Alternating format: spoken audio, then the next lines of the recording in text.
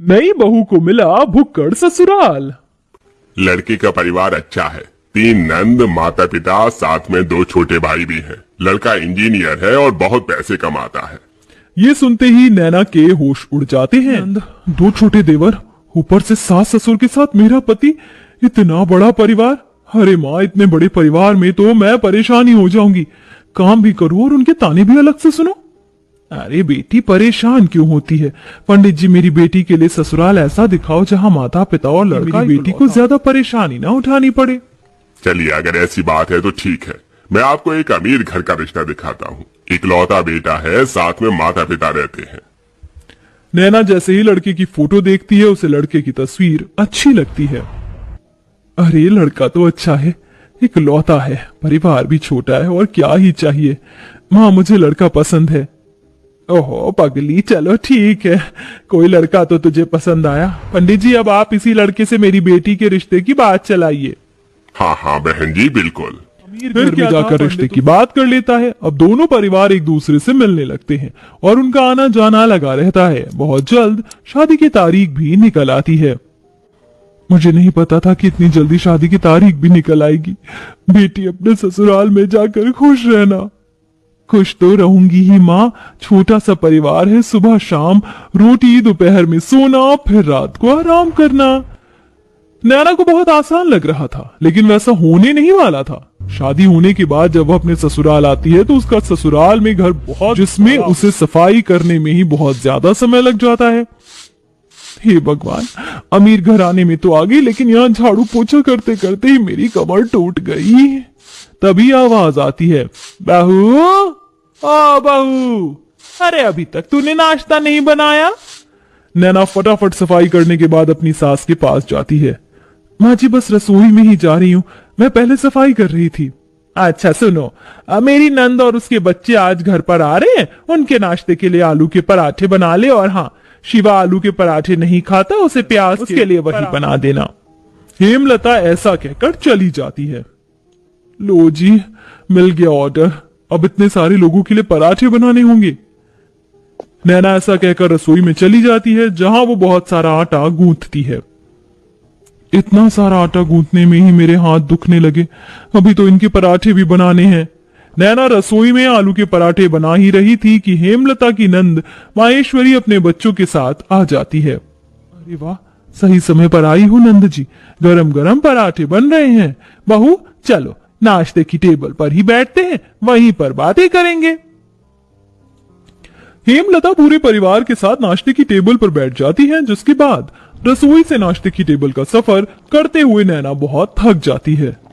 हे भगवान, नाश्ते की टेबल पर आने आने में ही मेरी फिरकनी बन गई।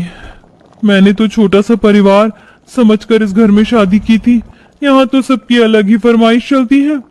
तभी नैना के पति शिवा की आवाज आती है। अरे नैना, मेरे प्याज के पराठे नहीं बनाए तुमने? जी। नैना प्याज के पराठे बनाकर अपने पति के लिए नाश्ते की टेबल पर लेकर आती है। ये लीजिए प्याज के पराठे।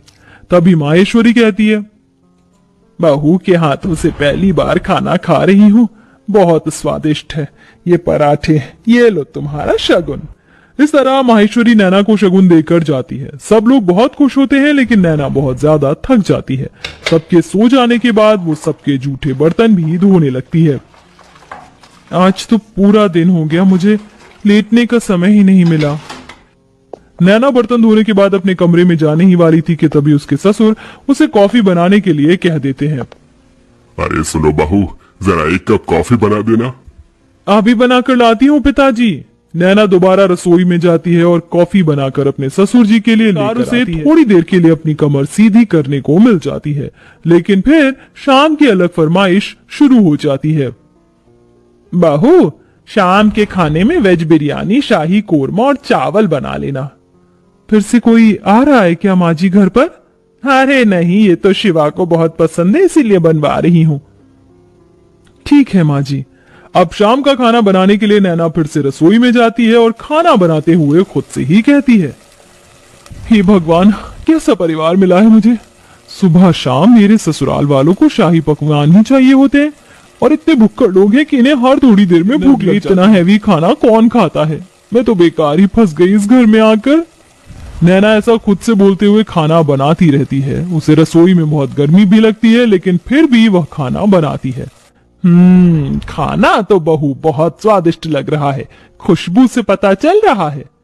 हाँ हाँ, मेरी मेहनत जो लगी है, स्वादिष्ट तो होगा ही। नैना भी खाने की टेबल पर बैठकर खाना खाने ही वाली थी कि तभी किसी के आने की दस्तक होती है। हेलो गाइस, मेरे बिना ही खाना खा रहे हो? अरे बेटा चिराग, तुम यहाँ विदेश से कब लौटे? मेरे साथ मेरे कुछ दोस्त भी घर पर आए हैं। आज ही हम ऑस्ट्रेलिया से इंडिया आए हैं। कितने दिनों बाद तुझे देख रहा हूँ नैना।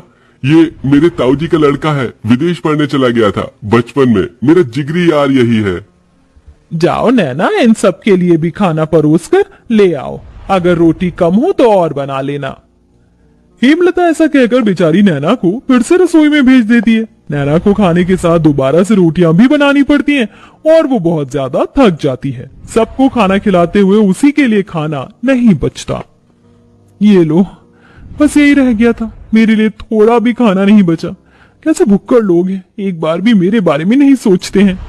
नैना को बहुत बुरा लगता है। वो अपने कमरे में सोने चली जाती है। कुछ बनाया करती तो सारा खाना उसके ससुराल वाले ही खा जाते हैं और उसके लिए कुछ नहीं बचता। ऊपर से घर में मेहमानों का आना जाना लगा ही रहता है, जिसके चलते एक दिन नैना की बहुत ज्यादा तबीयत खराब हो जाती है। इनके शरीर में बहुत ज्यादा थकावट है। लगता है काफी दिनों से जरा भी आराम नहीं मिला है, इसलिए शरीर में कमजोरी हो गई है। ये मैंने दवाइयां दे दी हैं, बस आप इन्हें थोड़ा आराम करने दीजिए, जल्दी ही ठीक हो जाएंगी।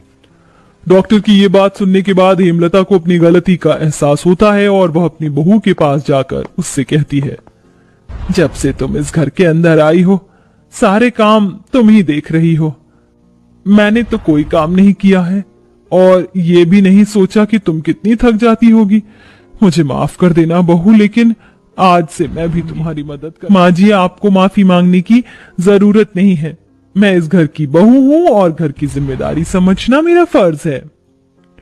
नैना इतना कह रही थी कि तभी घर पर उसकी तबीयत के बारे में सुनते ही ताई जी, मौसी जी, बुआ जी सब आ जाती हैं उसकी देखरेख के लिए। हमारे रहते बहू को एक भी काम करने की जरूरत नहीं पड़ेगी।